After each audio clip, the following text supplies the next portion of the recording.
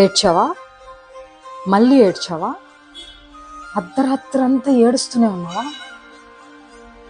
పగలేమో నవ్వుతూ తెగ నటించేస్తూ ఉంటావు, రాత్రి అయితే ఎక్కెక్కి ఏడుస్తూ ఉంటావు. నీ పక్కన ఉన్న వాళ్ళకి కూడా అసలు అనుమానమే రాదే నువ్వు రోజు ఏడుస్తున్నావు అని.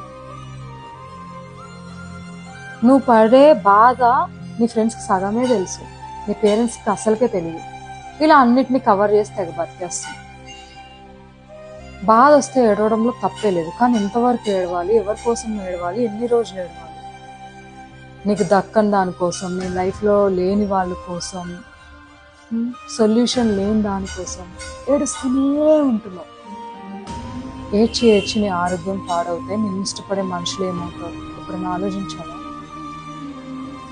ఎప్పుడైనా ఆలోచించావా? నిన్ను ఇష్టపడే మనుషులు ఏమవుతారు? తుడుచుకో కన్నీళ్ళు.